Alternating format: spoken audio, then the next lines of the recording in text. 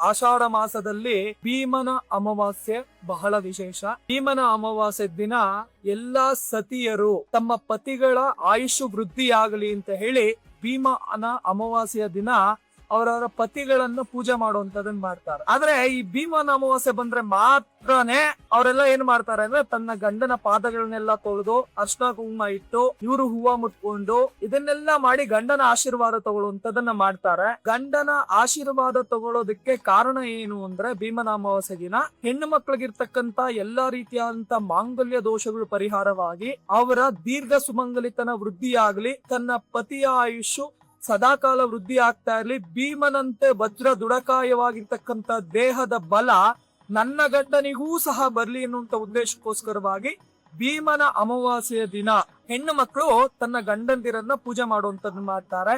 ಹಾಗಾಗಿ ಎಲ್ಲಾ ಹೆಣ್ಣು ಮಕ್ಕಳು ತಮ್ಮ ಸೌಮಂಗಲ್ಯತನದ ವೃದ್ಧಿಗಾಗಿ ಭೀಮನ ಅಮಾವಾಸ್ಯೆಯ ದಿನ ತಮ್ಮ ಪತಿಗಳನ್ನ ಕಾಯ ವಾಚ ಮನಸ್ಸ ಒಳ್ಳೆ ಮನಸ್ಸಿನಿಂದ ಅವರು ಪೂಜೆ ಮಾಡಿ ಅವ್ರ ಆಶೀರ್ವಾದ ತಗೊಳ್ಳಿ.